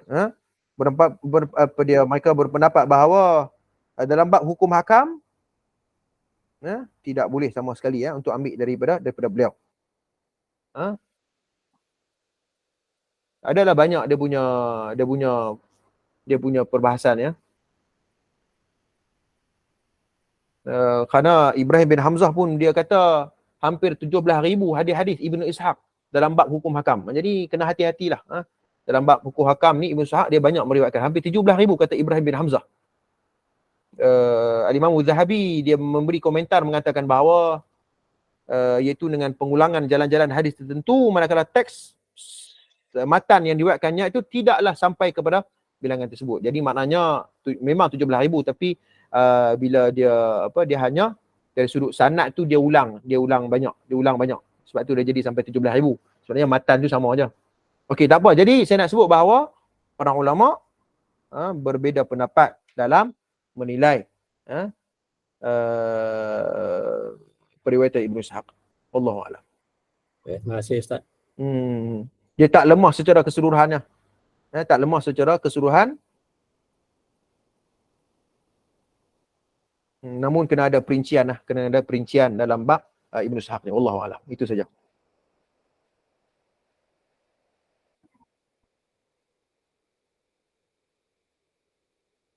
Assalamualaikum Ustaz. Assalam, ya tuan masih sila. Saya nak tanya Ustaz, ni mengapa sebahagian orang apa? Asal-asal kita ni Ya. Dia tidak menerima orang apa?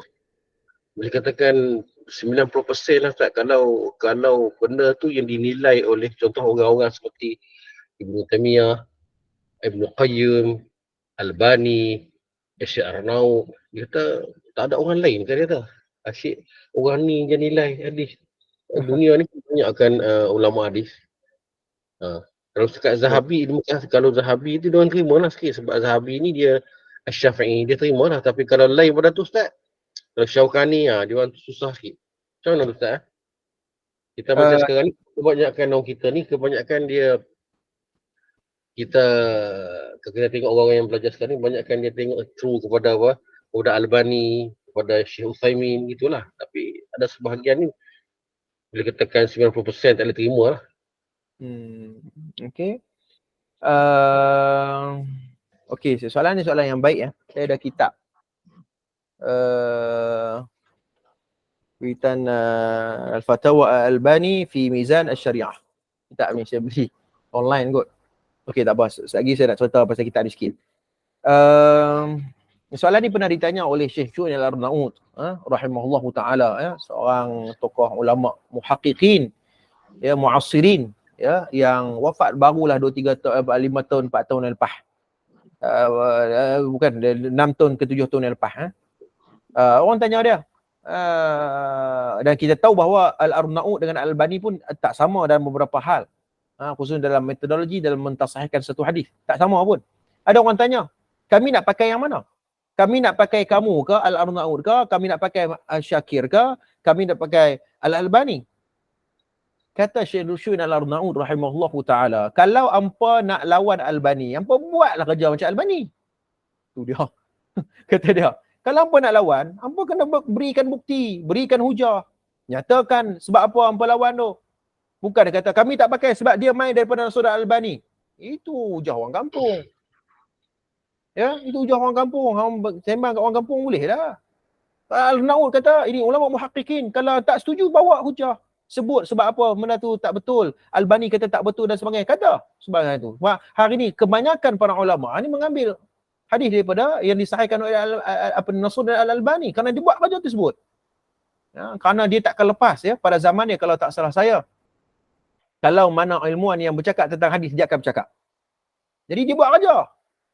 Okey, sama ada hang terima tak terima, itu soal yang kedua. Ataupun pengujian. Hatta saya sendiri dalam tesis master saya pun, saya mengambil Syekh Sabiq, dalam fiqh sunnah, hadis-hadis dalam Syekh Sabiq. Kemudian Nasruddin Albani kritik Syekh Sabiq dalam kitab Tamam Al-Minnah. Kritik fiqh sunnah tu dah lah sahih dah. Dah kemas dah Syekh Sabiq tu, kira muhaddis dah lah kira. Kan? Albani kritik, dia buat kerja, dia kritik kitab Taman Al-Minnah. Okey, kritik, dia kata hadis-hadis dalam fiqh sunnah ni ada yang dhaif, ada yang apa sebagainya. Saya, tesis masa saya kritik balik Albani. Jadi kritik mengkritik lah. Saya jawab ni, saya jawab balik. Saya mengatakan bahawa bila kita buat penelitian, kita buat proses i'tibar, syawahid dan mutaba'ah, rupanya ada yang Albani kata betul dan ada yang Albani kata salah. Ada organ argumentasinya, ada sebab-sebabnya. Ada kajian dia berkaitan dengan hal tersebut. Kita buat proses itu. Ya. Kita katakan bahawa sepatutnya Syekh Sabiq kena sebut hadis ni. Mungkin hadis ni ada masalah. Sepatutnya dia kena ambil hadis ni dalam sanad yang lain. Contohnya macam tu. Jadi kita katakan bahawa, kembali kepada soalan Tuan Basir tadi ni, kalau kita kata tak setuju dan sebagainya, pertama sekali kita kena iktiraf beliau ialah seorang ilmuwan. Albani ke, Al-Arnaut ke, Syekh Awamah ke. Sebab ada orang tak setuju. Ni Syekh Awamah ni dia belah ke arah Sufi. Nuruddin Atirin dia dia berat kepada kecenderungan Sufi. Terus tolak Nuruddin Atir. Jangan macam tu. Ya, ilmu kita ni banyak. Khazanah ilmu. Setiap orang ni dia punya martabat ilmunya tak sama. Kita boleh ambil manfaat daripada ni. Sebab tu dalam kitab saya bermacam-macam manhaj tu ada. Nuruddin Atir pun saya baca. Albani pun saya baca. Awamah semua saya baca. Abdul Fattah Al-Bughdah saya baca. Walaupun saya tahu Al-Fattah Al-Bughdah itu agak berbeza dari sudut penerimaan hadis dhaif dan sebagainya. Tapi kita baca kerana beliau ilmuwan, beliau khazanah. Keterbukaan ini yang perlu kena tanam pada ahli-ahli golongan akademik dan juga para asatizah kita. Jangan bila mai daripada orang yang bukan kelompok kita, golongan kita, terus buang. Rugilah kita. Umat Islam ni umat umat yang berilmu. Ya. Umat yang berilmu, rugi. Kalau kita buang tokoh-tokoh yang mereka seumpamai. Wallahu a'lam. Dekat tu dulu semua dia.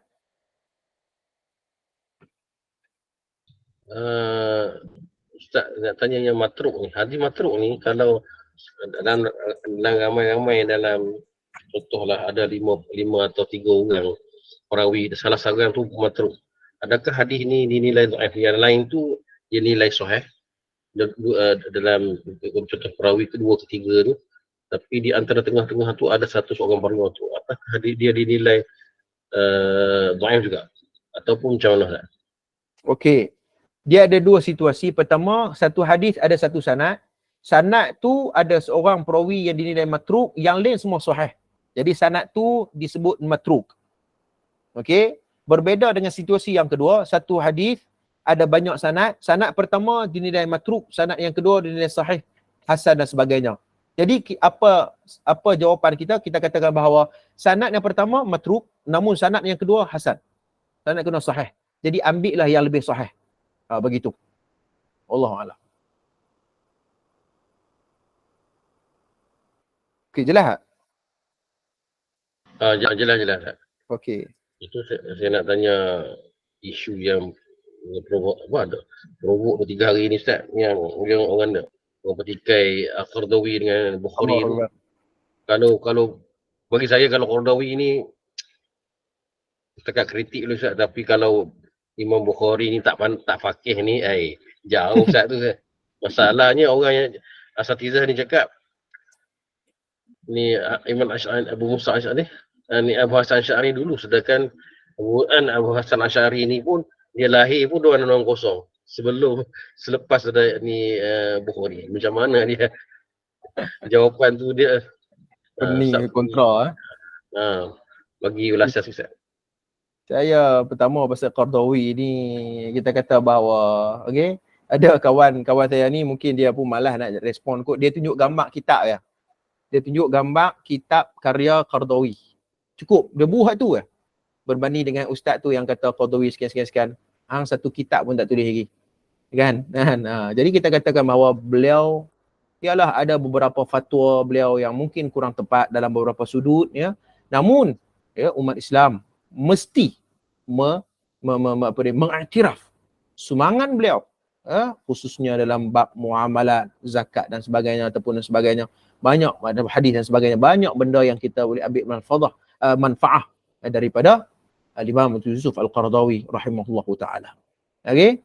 Jadi kalau tak setuju, nyatakan argumentasinya.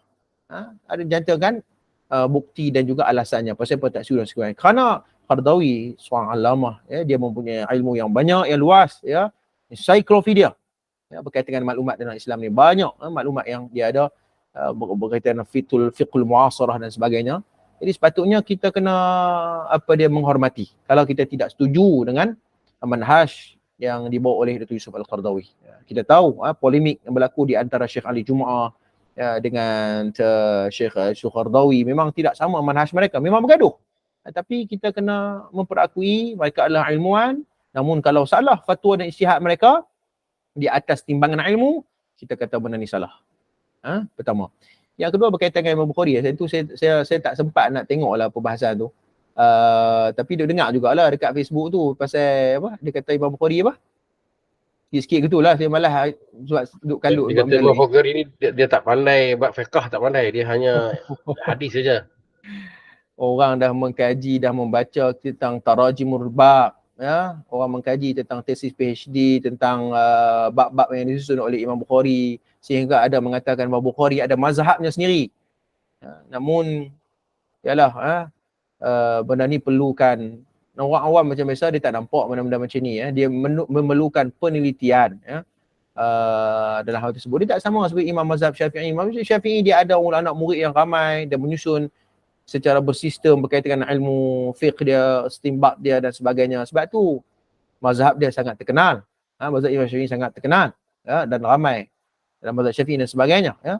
Namun kalau orang mengkaji dalam manhaj Imam Bukhari buat dalam mazhab. Kalau tanya saya, kalau nak berpegang kepada mazhab Bukhari, kalau tanya saya kata tak ada masalah. Kerana dia ada dia punya pendapat dia sendiri. Wallahu alam. Jadi dia duk kata macam-macam dekat ulama-ulama besar ni kan. Susahlah. Dia tu macam mana kan. Lagu tu lah. Wallahu alam.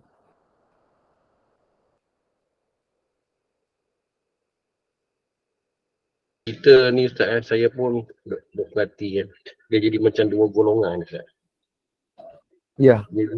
Jadi itulah. Fikir kalau kita duduk jadi macam ni sampai bila nak jadi macam ni, orang kata tak boleh pakai yang ni tak boleh pakai yang ni. Masalah dia orang tak buat hujah yang betul. Dia buat hujah ilmiah yang betul, kita pun boleh terima juga. Tapi itulah. Betul. Jadi macam jadi umat ni, orang awam ni jadi pening. Dalam masalah kita dalam masalah cerita bab mazhab. Bab politik pun ada satu hal. Ada satu hal lah.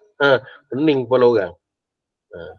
Jadi macam mana kita ni sebagai penuntut ni nak hadapi macam ni Ustaz. Ustaz bagi Ya. macam nasihat lah. Kami ni Ya, saya pelajar-pelajar ni. Iyalah, saya samalah, saya pun nasihat untuk diri saya juga. Dia sebenarnya macam ni saja. Islam ni adalah agama ilmu. Bila agama ilmu, Nabi pernah sebut dalam sebuah hadis yang sahih, Nabi kata, siapa yang hidup selepas pada zaman sahabat, ya, ikhtilafan kathira, akan berlaku khilaf yang cukup banyak, kan?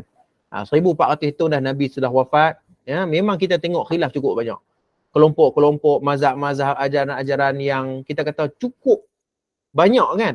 Dan masing-masing ada pengikut, masing-masing ada guru. Okey? Jadi kita katakan bahawa kalaulah banyak sangat perbezaan pendapat ni, kita duduk dalam track ilmu. Maksudnya kita cerita tentang track ilmu. Kita tak duduk dalam belah-belah mana, tapi kita duduk dalam disiplin ilmu. Siapa kenalah. Salah lah. Saya kira begitu. Saya kira kalau tanya saya nak duduk tak mana, saya duduk di situ dalam posisi tersebut. Tak kira lah lepas ni orang kata, Ustaz Ihsan ni belah ni bah. Biar pergi kat hang. Yang penting aku nak duduk dalam qawaidul ilm.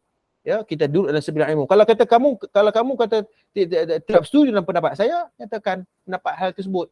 Itu saja. Dan kita meraihkan kalau ada sikap begini di kalangan umat Islam pastinya akan membina tamadun ilmu. Ya, kita mengembalikan zaman kegemilangan dulu ni. Ya, zaman 400 tahun, ya, zaman khilafah Islamiah dan sebagainya. Ada zaman kegemilangan ilmu. Kerana kita bincang tentang ilmu. Bukan bincang tentang ketaksuban, ya, jumud dan sebagainya. Kita tidak mau begitu. Ya, kita bincang tentang ilmu, tamadun ilmu. Ini yang penting. Ya. Dan apatah lagi apabila pada hari ini kita tengok apabila ada perasaan ta'assub, jumud dan sebagainya, ia akan memberi kesan kepada sikap dan akhlak. Kan? Tak boleh menerima pendapat, ya, mempertahankan tokoh habis-habisan walaupun benda tu salah. Jadi benda-benda macam ni yang menyebabkan kemunduran intelektual ataupun kita kata bahawa ilmu dalam masyarakat Islam kita pada hari ini. Itu yang kerisauan kita. Sebab tu hari ni yang tuan-tuan duduk dalam kelas ni, tuan-tuan bincanglah tentang ilmu. Cakaplah tentang ilmu. Janganlah perli memerli. Bagi saya perli ni tak payahlah. Kan, tak payahlah kan. Walaupun ada juga ilmuwan yang buat macam tu. Bagi saya tak payahlah. Bagi orang lain nak buat kerja tu, kita buat kerja tentang penerangan tentang ilmu dan sebagainya. Orang akan berfikir dengan waras. Benda lain boleh bincang tentang boleh bersifat kritikal, nak beli rumah, nak beli kereta, tapi nak buat agama kita tak kritikal, tak fikir secara waras, secara rasional apabila melihat dalam hal itu. Wallahu a'lam. Itu ialah. Ustaz, saya ada balik ni. Ya, sila. Ni tentang Maulana Asri tadi tu. Saya ni memang peminat dia lah, boleh kata. Ya. Saya pun peminat dia. YouTube dia, dan boleh katakan pendapat dia saya setuju lah. Cuma tentang Ibn Ishaq ni yang kata Syiah, ingat kalau tak silap saya. Saya setuju. Cumanya saya dapati ada juga yang riwayat Ibn Ishaq ni yang Maulana Asri ambil. Saya minta maaf, saya mungkin sedikit. Contohnya ialah senarai tawanan Perang Badar. Setakat saya tahu yang senarai itu riwayat Ibn Ishaq lah, tapi Maulana Asri dia ambil riwayat ni. Okay, Ustaz boleh komen ke? Minta maaf, saya bidang saya sirah lah. Okey. Okey, baik. Saya nak kata saya tak tahu dari sudut perincian Maulana Asri, dan saya tak baca pun lagi buku tentang Ibn Ishaq tu, dan saya tahu tentang memang Maulana Asri tidak menerima riwayat Ibn Ishaq, tapi Tuan Rashid kata Maulana Asri menerima dalam bab sirah Perang Badar. Wallahualam, saya tak ada maklumat tu. Cuma apa yang secara umumnya saya melihat kepada perbahasan-perbahasan ulama-ulama yang lain, saya dapati benda ni khilaf, dan lihat cakap tu pun ulama besar jugalah. Okey, dan ulama-ulama yang hebat seperti Ibn Hajar pun, Imam Zahabi pun kata hal yang sama. Jadi tak apalah, nak bagi komen macam mana saya pun tak tahu nak bagi komen. Cuma saya akui beliau sangat memang berilmu daripada saya lah, confirm lah kan. Cuma dan saya mengiktiraf beliau, tapi dalam hal tersebut mungkin saya berpegang kepada pendapat yang agak maknanya boleh menerima Ibn Ishaq ni dalam hal tersebut. Adapun secara perincian Maulana Asri dari sudut bagaimana dia menerima Ibn Ishaq tu saya tak tahu. Ada sudut macam tuan kata tadi macam bercanggah pula kan. Tadi kata Maulana Asri tak terima, kemudian dalam bab sirah terima pula dalam perang Badar, wallahu alam. Saya tak ada maklumat tu. Namun saya dapat hujung-hujung telinga kata Maulana Asri tidak menerima Ibn Ishaq. Dia ada kitab dia ada buku dia dan saya tak membaca lagi buku tersebut. Wallahu alam. Okey, itu saja. Terima kasih Ustaz. Baik, sama-sama. Saya pun peminat Maulana Asri. Beliau ilmuwan ya, ilmuwan hadis di Malaysia ni, Allah.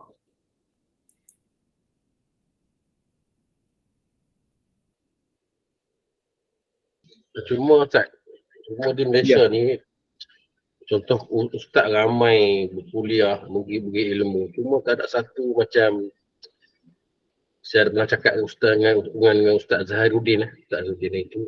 Ya, Ustaz Zahiruddin mana ni? Ustaz Zabidi. Ustaz Zahiruddin Zabidi, okey. Itulah usaha-usaha yang untuk projek memandaikan umat ni macam Maulana Asri buat ni. Tulisan dalam bahasa Melayu balik ni untuk orang yang tak pandai bahasa Arab ni. Saya ada cakap itu. Kalau itulah kalau boleh macam orang ustaz-ustaz yang ceramah, contoh Dr. Mazhar, Dr. Ruzaimi, tak kira Dr. Zahiruddin ke Ustaz Ehsan sendiri ke, contoh buat satu kuliah menciptakan tajuk Syama'il Muhammadiyah. Okay, dia syarah tu dia buat satu mungkin itu kerja yang banyak perlu modal lah Ustaz. Projek untuk memandaikan umat tu. Jadi maksudnya selari dengan dia bila dia bagi kuliah begini, dia buat satu buku dia untuk ni lah, untuk memandaikan umat ni, orang boleh beli, boleh baca. Macam buat Maulana Asri dia buatkan jilid satu. Jadi kalau macam Dr. Mazhar ni, saya bersama ni mufti kuliah ni, dia dah buat dulu dia syarah Riyadhus Shalihin tapi tak ada orang nak menulis. Mungkin itu perlukan modal lah. Jadi sebab dia baca tu kita Arab. Bila kita Arab macam kami ni, orang yang tak pandai kita Arab ni tak boleh baca kan. Jadi bila dia syarah tu dia tulis balik, jadi orang kemudian ni boleh baca. Syarah dia tu, hadis dia, saraf apa. Jadi kita boleh tengok. Itu cadangan saya lah. Cadangan yang sangat baik bagi perkembangan ilmu di Malaysia ni, khususnya di tanah air kita ni. Tapi yalah ustaz kita ni sibuk. Ustaz-ustaz kita ni sibuk banyak kerja, wallahualam lah. Mungkin dia macam-macam dia nak kena ni sebagainya, mungkin dia sabung belajar ke ataupun dengan urusan-urusan dia lain. Dia tak maknanya dia buat kerja banyak dalam satu benda. Jadi dia tak sempat nak buat benda tu. Dia jugalah mufti, dia jugalah qadi, dia jugalah guru, dia jugalah sabung belajar, jadi banyak sampai keterbatasan untuk ni. Sebab tu saya setuju dengan Maulana Nasai. Dia pernah beri komentar dekat Facebook dia kata masyarakat kita pada hari ini mengimpikan tokoh ilmuwan yang berkualiti kan. Mengimpikan seorang tokoh ulama ataupun seorang ulama muda yang berkualiti, menyampaikan ilmu yang berkualiti. Namun kita tidak menyediakan kepada dia kemudahan-kemudahan. Okey? Kita berikan kemudahan kepada dia untuk dia terbang lebih jauh untuk menjadi seorang ulama ataupun ilmuwan muda. Kan? Jadi bantuan-bantuan seumpama gitu supaya memang dia fokus buat kerja tu. Sebab ada Maulana ataupun Ustazah kita yang dia nak meneruskan kehidupan dia juga lah nak mengajak, dia juga lah nak tulis, dia juga lah nak macam-macam lah benda. Ustaz kita ni macam-macam lah, sibuk kan. Jadi keterbatasan itu menyebabkan dia tak sempat nak menulis. Jadi benda ni satu isu yang perlu untuk kita kena tangani bersama lah. Pertama, yang kedua dari sudut talent lah, bakat orang ni tak sama. Contoh Maulana Asri, saya kira bahawa beliau ilmu yang tinggi dan masa sama beliau juga ada semangat, ada bakat dalam penulisan. Sebab ada orang dia tak ada bakat, dia boleh berceramah. Namun penulisan tu dia tak apa nak pandai nak tulis. Jadi anak murid ni lah dia kena bekerja, dia kena membantu, berkhidmat kepada gurunya. Ya, untuk susun balik buku-buku ataupun tulisan ceramah-ceramah untuk tulis satu buku supaya penulisan itu menjadi khazanah dalam ilmu kan. Jadi kalau ceramah saja habis hilang macam tu lah kalau tidak ada rekod kan. Kalau tidak ada rekod hilang macam tu lah. Tapi kalau ada penulisan ratusan tahun, ribuan tahun orang akan menikmatinya. Jadi itu memerlukan kerjasama daripada masyarakat ya.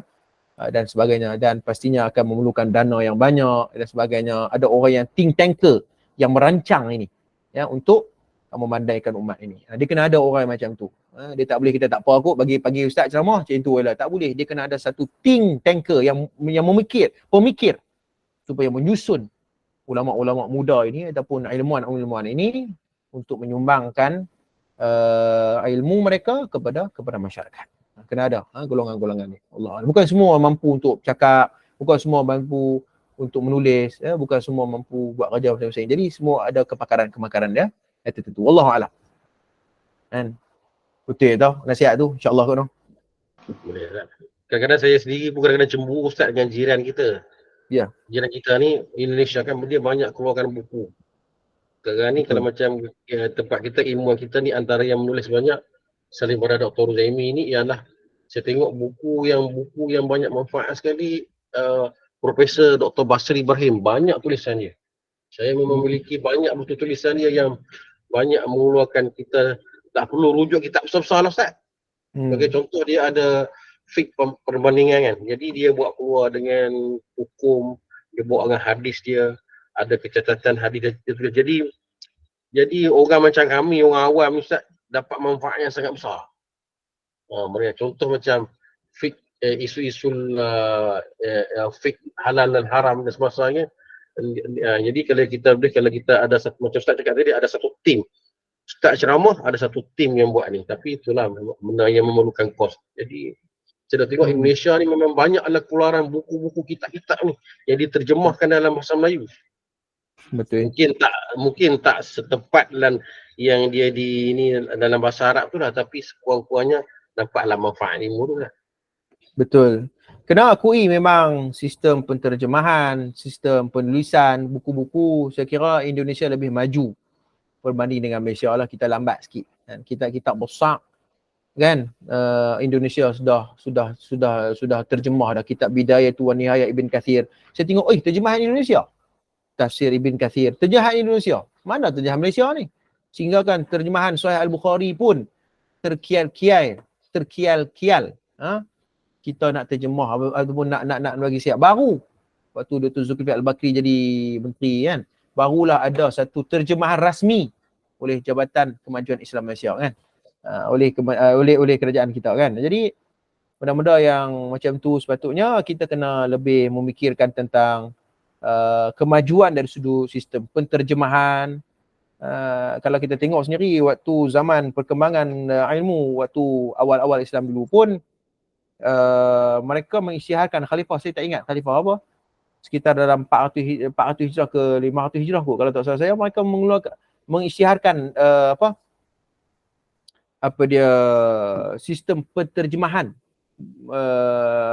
Terjemah saja kitab-kitab apa sampai daripada terjemah kitab-kitab Parsi, Rum dan sebagainya. Ilmu memang kemuncak, ramai ulama-ulama mujtahid yang lahir pada zaman itu. Tapi ada jugalah kerosakan dia kalau tidak ada ditapis dengan baik dan sebagainya. Itu di antara pro and con lah. Jadi ala kulli hal kena ada orang yang memikirkan hal ni lah. Masa depan memandaikan umat ni. Dan saya kira bahawa di Malaysia ni perkembangan ini saya kira dengan ada medsos arus perdana, Facebook, YouTube dan sebagainya, saya kira ini satu perkembangan yang baik orang boleh mula nak dengar pendapat yang kedua, pendapat yang ketiga, dia tak hanya berpegang kepada satu guru saja. Banyak hari ni kita boleh tengok macam-macam di YouTube dan sebagainya, perbahasan-perbahasan. Jadi saya rasa ini satu perkembangan yang baik lah. Wallahu a'lam.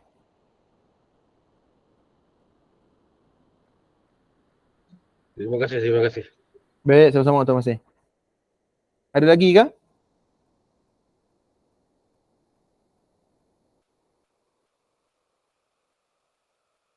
Okey, kalau tak ada apa, terima kasih semua. Kita jumpa lagi pada esok malam. Aqulu qawli hadza wa astaghfirullahal azim li wa lakum. Assalamualaikum warahmatullahi wabarakatuh. Waalaikumsalam warahmatullahi wabarakatuh. Terima kasih Ustaz.